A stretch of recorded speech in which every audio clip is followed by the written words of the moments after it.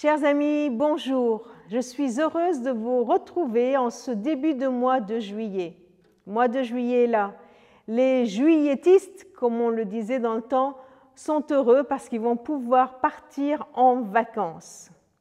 Je vous propose aujourd'hui un verset encourageant, bienfaisant, qui va faire du bien à notre âme.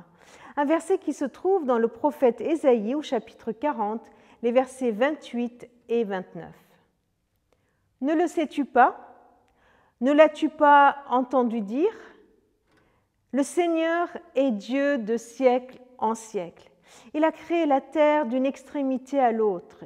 Jamais il ne faiblit, jamais il ne se lasse. Son intelligence est sans limite. Il redonne des forces à celui qui faiblit. Il remplit de vigueur celui qui n'en peut plus. Quelques mots pour nous rappeler d'abord qui est Dieu. Notre Dieu est le Tout-Puissant, éternel, infini, immensément grand, créateur de l'univers d'une extrémité à l'autre. Un Dieu qui ne faiblit jamais. Lui, il ne part pas en vacances, il n'est pas absent. Lui, il n'est pas au bout de ce qui est possible quand moi je suis à bout.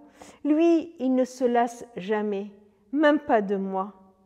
Lui dont l'intelligence est sans limite. Quand moi je ne sais plus quoi faire, quand moi je ne sais plus quelle solution trouver, il m'est rappelé que Dieu a une intelligence sans limite.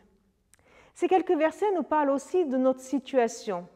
Et peut-être que toi, tu es dans cette situation. Je ne sais pas comment tu te sens aujourd'hui. Tu te sens en forme, en pleine forme, parfois fatigué, peut-être même à bout.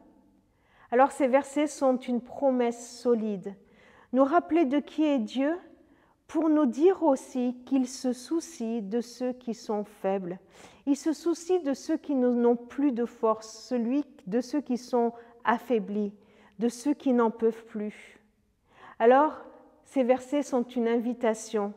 Tu peux trouver tout ce dont tu as besoin en lui dès aujourd'hui. Confie-lui ta fatigue. En échange, tu vas prendre tout de lui, sa bonté, sa patience, sa force, sa créativité, sa puissance. Un petit exercice. Tu peux prendre une feuille et mettre dedans tout ce qui te fatigue, physiquement, mentalement, émotionnellement.